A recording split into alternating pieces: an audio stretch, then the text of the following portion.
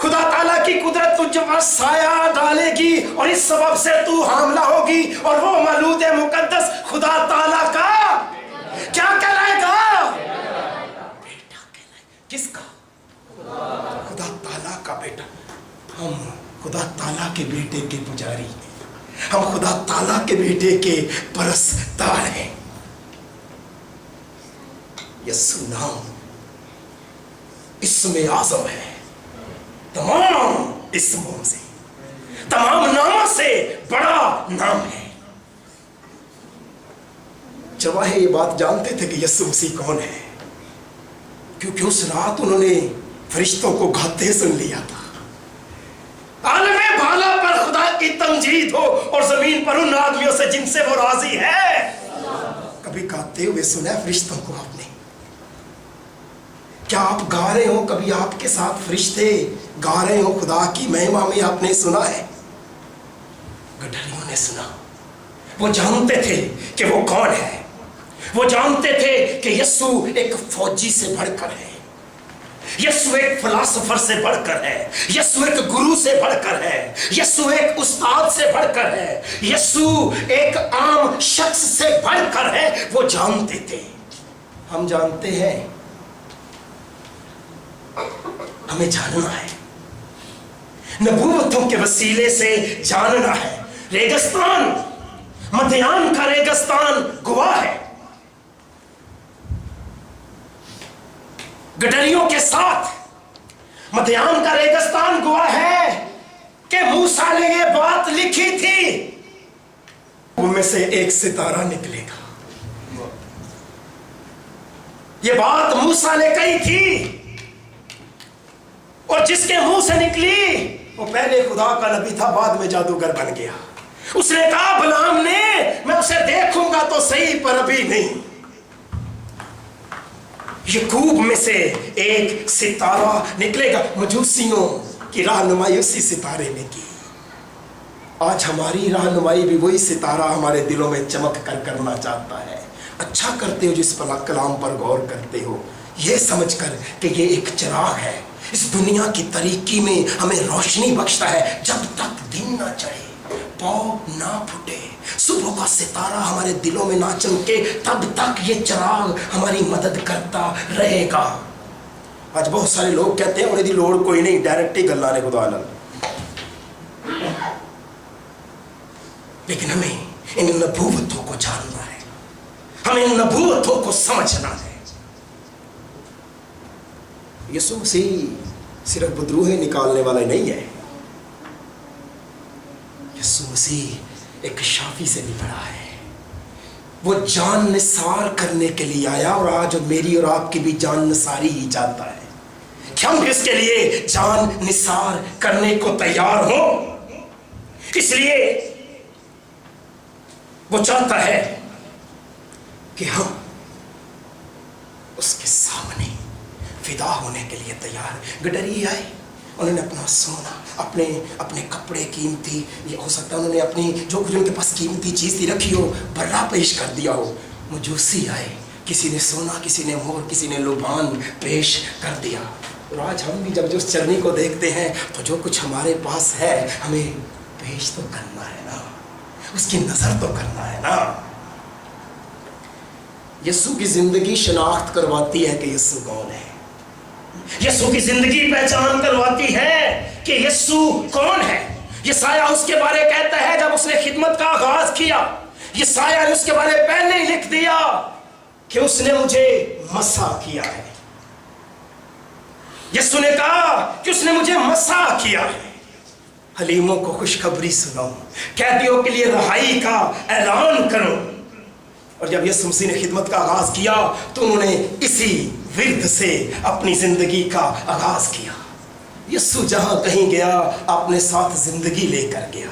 यीशु जहां कहीं गया अपने साथ शिफा लेकर गया। यीशु जहां कहीं गया अपने साथ तंदुरुस्ती लेकर गया। और आज वही यीशु यहाँ पर मौजूद है, जिंदगी देने वाला, तंदुरुस्ती देने वाला, शिफा देने वाला। बाइबल फरमाती है, उसने कहा कि मैं असीरों के लिए